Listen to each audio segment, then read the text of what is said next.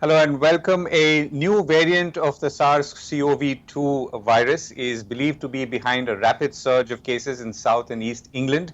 It is being referred to as the VUI, the variant under investigation 202012/01, or the B11.7 lineage. Now, all of this is technical insight, really doesn't matter. What matters is that it's causing a scare that's now sweeping across the world, which has in turn affected markets. Travel flights have been suspended, for instance, between UK and India and UK, and between other countries and UK as well. And as more is discovered about this virus, the fear seems to be growing.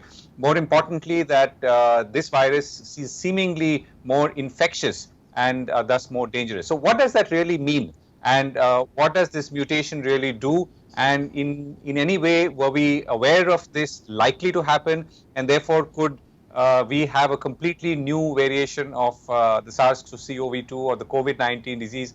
And therefore, where are we in the race to solve the problem with either the vaccine that's now being rolled out in countries like England, United States and Canada, and slowly elsewhere? Or is there another vaccine that needs to be rolled out in coming days? So let's try and understand all of that, including what's really going on. I'm pleased to be joined by Dr. Rakesh Mishra, Director of the Center for Cellular and Molecular Biology in Hyderabad. Dr. Mishra, thank you so much for joining us. Thank you. Thank you very much for having me on your show. Yeah. So first question, so tell us about what this mutation is, and in any way, were we aware or expecting such a mutation to emerge? A quick additional question to that, were we seeing mutations happening even in the last 9 months that we perhaps did not pay attention to because we did not need to? Yeah, so mutation in any living creature is a very natural process, and that's how living beings create variety, which is the substrate for evolution. That's how things evolve. So it's very natural that everything will generate mutations slowly or with certain speed.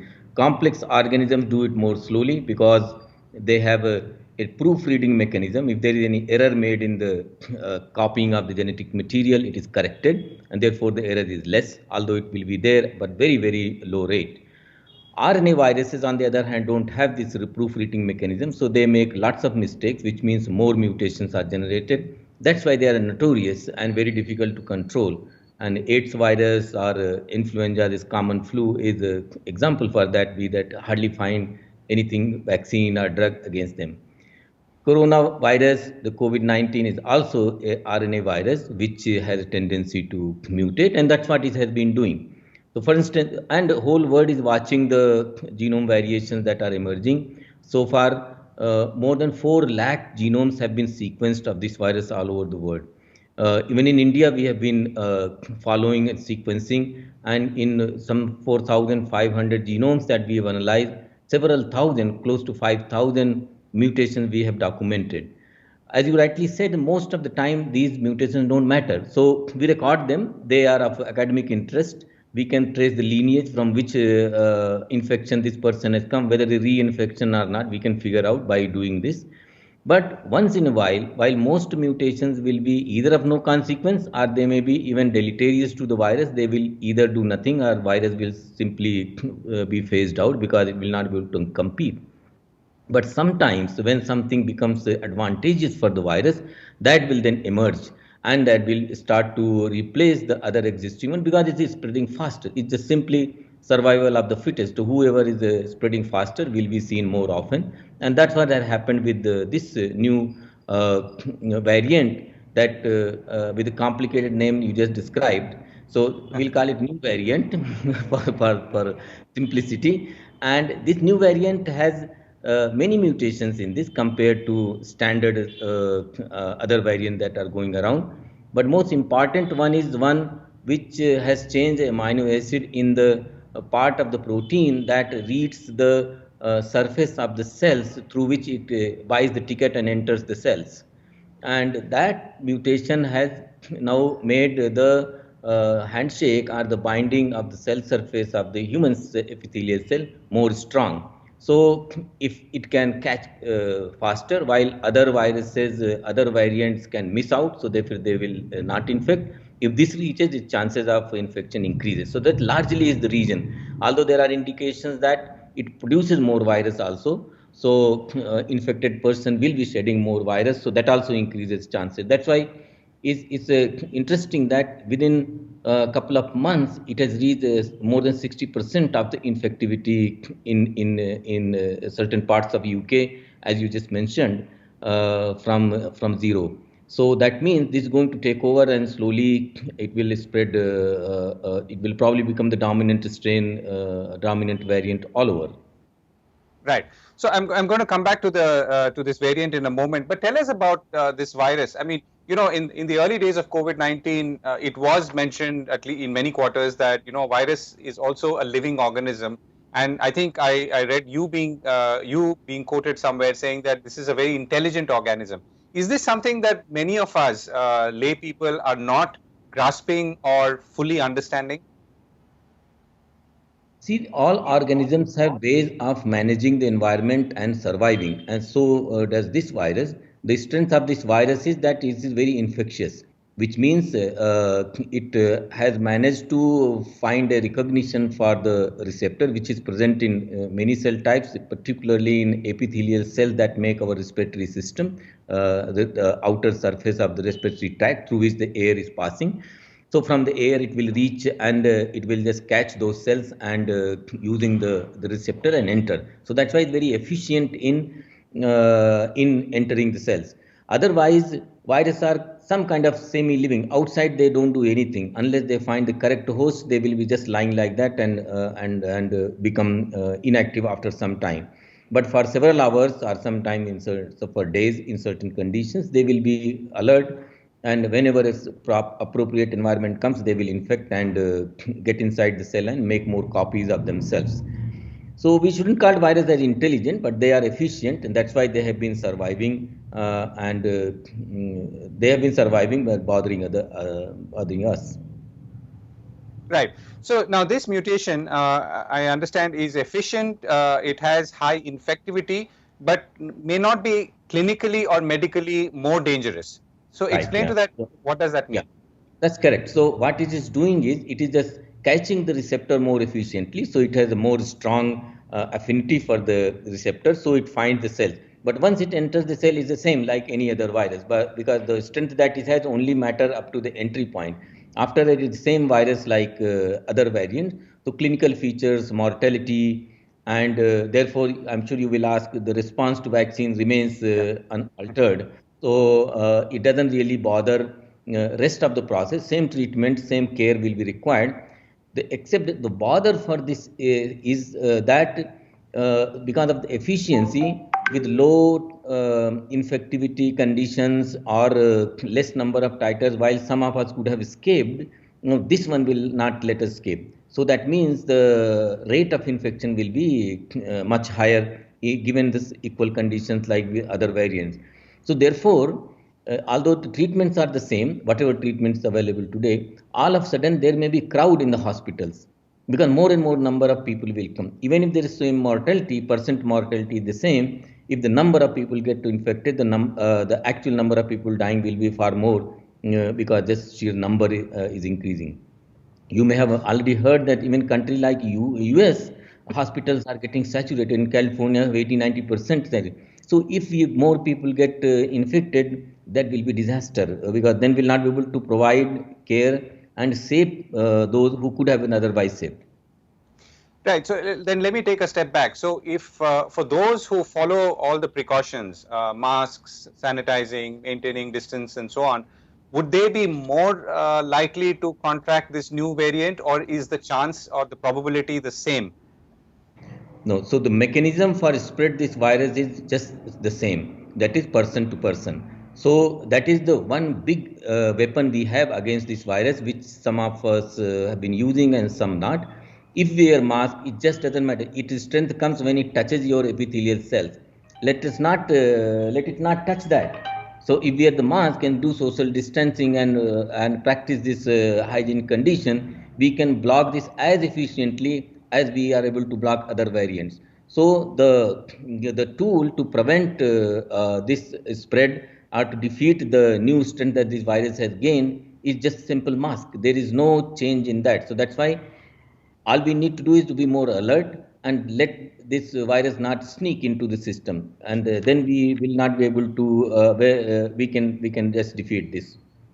Right. And in general, I mean, as a person of science, are you, I mean, are you, or can you tell us how mutations could develop here on? So the only reason I'm asking this is this mutation, at least to, again, the lay person, came as a surprise, almost as a shock.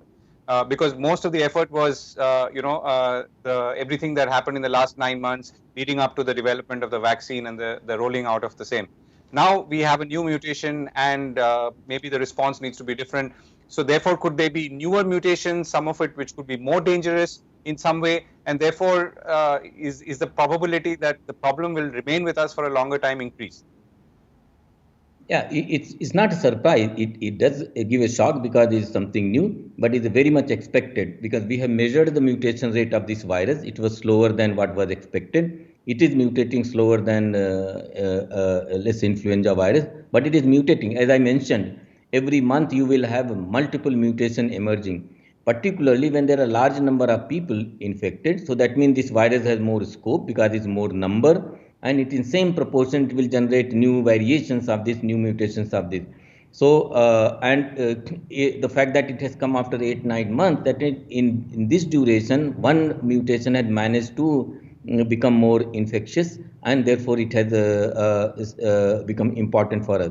Many months ago we had identified, for example, in India a variant A3I, which was a Southeast Asia specific variant, and at that time we knew that that variant, although is dominant at that time, at least in this part of the world, it was more than 40% at that time, but we knew that its replication will be not as efficient because there were certain mutations which gave that indication, and that little difference made that virus disappear, and now all over India we have the common variant, which is we call A2A. So mutations will happen constantly.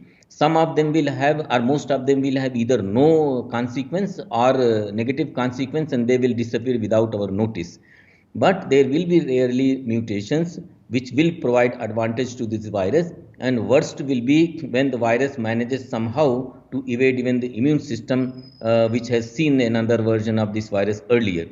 Luckily, it has not happened this time. This virus is still, most of the cases that are coming, they are not reinfections. Very, very rare reinfection is seen. So that means this virus is still respecting the previous immune response that people have generated, but that can happen. Or if we can have even more infectious versions, and that's the beauty of life, that it has tremendous possibilities and variations. And viruses, they are in billions and billions in each individual. They have luxury of trying out many things. Even if 99% fails, even that 1% will be too much for us to handle. So they have extremely big strength of numbers. And since I'm saying this has emerged from UK because they are monitoring by sequencing. We must also be constantly doing this surveillance and monitoring what kind of sequences are emerging. Because remember, India is the second largest collection of this virus because the sheer number of the people who are infected. So we are having more potential to discover new variants from this, which is happening. New variants are constantly appearing, but since they are of no consequence, they remain only in academic circle and the databases. They don't reach public interest. But it can happen that because of this number, that we will generate more variants, which sometime can be a bother for us. So that is why we have to contain as much as possible. That's just the most important part. Right. So let me put a quick policy question there to you. So you are, of course, scanning this, and you were saying that you've studied some 5,000 mutations. Now, is this data being constantly generated? Apart from you, who else is doing it? And how does it all come together to fashion a policy or a public health response, if required? Yeah, those things are very well organized. There is international database. It's called GSAD. It's initiated in Germany for all kinds of such viruses. and the same thing has been commonly adopted, that with all the sequences everybody will deposit there. So India has deposited several thousand, rest of the world is depositing in the same place. So we don't only study our genomes, the isolates from our population, we have access to all others, and so does the rest of the world. So all of us pool data in one place. We have also on the same time made apps which are publicly available. We call it, for example, Gear 19, GEAR 19, very Right. user friendly. You can go and play with that, and you will find how what kind of viruses are floating around, what age, what region, all those things. So some kind of almost daily updates we do, so that all the information is available. Some of the sequences which is not in the GSAT, they are in some other databases. We pool them also in this. So there are multiple internet resources free of cost, with free access. They are available, and that is how we keep monitoring what is happening elsewhere. The key thing is how much we are sequencing and depositing. If we don't deposit today, we are saying that we haven't seen this variant in India. That is because we haven't opened our eyes enough. If we look carefully, we will find. And I think, I'm sure I will be really presently surprised if we don't find in next 3 4 days several number of these variants, because people have been coming. And if the 60% of the infection in these regions is this, whoever has Right. come here who have already, and this is more infectious, so it will be spreading fast. Right. And is there any correlation between geography or race with mutations, or is it, or is it just coincidence that it starts in one particular geography and then spreads, and then of course there are no barriers? Uh, so far, there is always a curiosity whether why Indians are having less severity, although we get infected. What is the reason for that? Is our genome, or is this of ethnicity that matters? So far, there is nothing actually that is well established. In that way, this virus is very democratic. Whoever it finds, rich, poor, whichever race, it just welcomes with equal warmth and occupies. Right. Okay. So last question, and to come back to the vaccine point, you did say that the influenza vaccine, for instance, keeps changing every year. Now, this vaccine, you said that we should work. If it does not, or it looks like it's not having the same impact, what kind of work is required to make sure that it will also combat this mutation or forthcoming mutations? Yeah. So for as far as this mutation is concerned, I understand that even Pfizer and Moderna have done quick experiment to see that the antibodies that are generated by their vaccines are having neutralization effect, which means they are likely to work. Although that is in vitro system, but even otherwise, you see this mutation is affecting one part of the surface of the virus. Antibodies generally, that vaccines that induce antibody response, they are multiple kinds, and they will be touching the virus from multiple sides even if the same protein is there. So that means even if there's little bit change, a few other epitopes, epitope means the surface of the exposed surface of the protein, when the virus enters the body, they will be available for the antibodies to catch and neutralize it. So it, in all probability, even the RNA vaccines which are targeting the same spike protein which has taken these mutations, they should work. Vaccine, on the other hand, like Oxford, AstraZeneca, and things like Bharat Biotech, this Covaxin of India, Right. they are more likely to be unaffected, even more, because they are attacking the entire virus. They use the whole virus as the vaccine by after inactivating and making it harmless. So they are less likely to be affected. Having said that, it can happen that in future there will be some major change in the protein, and particularly mRNA vaccines may not be effective. But luckily, that mRNA vaccine, although is the first of its kind, first time this is coming to be used as a vaccine. We have never used mRNA vaccine, but this is the technology of the future, because we can actually change this vaccine in any simple lab with very simple procedure within a matter of Right. weeks, and we can have a new version of the vaccine. Of course, it needs to be then tried, that is effective and all that. But this makes the vaccine approach much more convenient, and I'm sure sooner or later, large more number of companies and countries will produce these things more locally. So we are having several new things coming in 1 year. What we have learned about this virus, it's called dream run for a vaccine. Within less than a year, you have a vaccine. That although Right. it is emergency, you said we shouldn't say that we have vaccine or we have approved vaccine, but we have something which gives us some hope. It has emergency use approval. That's been simply amazing. We only hope that this will give us protection of more robust kind for longer duration of time. That only time will tell, because if it is effective after 1 year, we can tell only after 1 year. Now we can't fast forward that part. Right. Right. Dr. Rakesh Mishra, thank you so much for joining me. And I do wish you and your team all the very best in understanding and researching this deadly virus much better. All the very best to you too and your team. Thank you so much. Thank you very much. Thank you for talking. It was a pleasure talking to you. Thank you.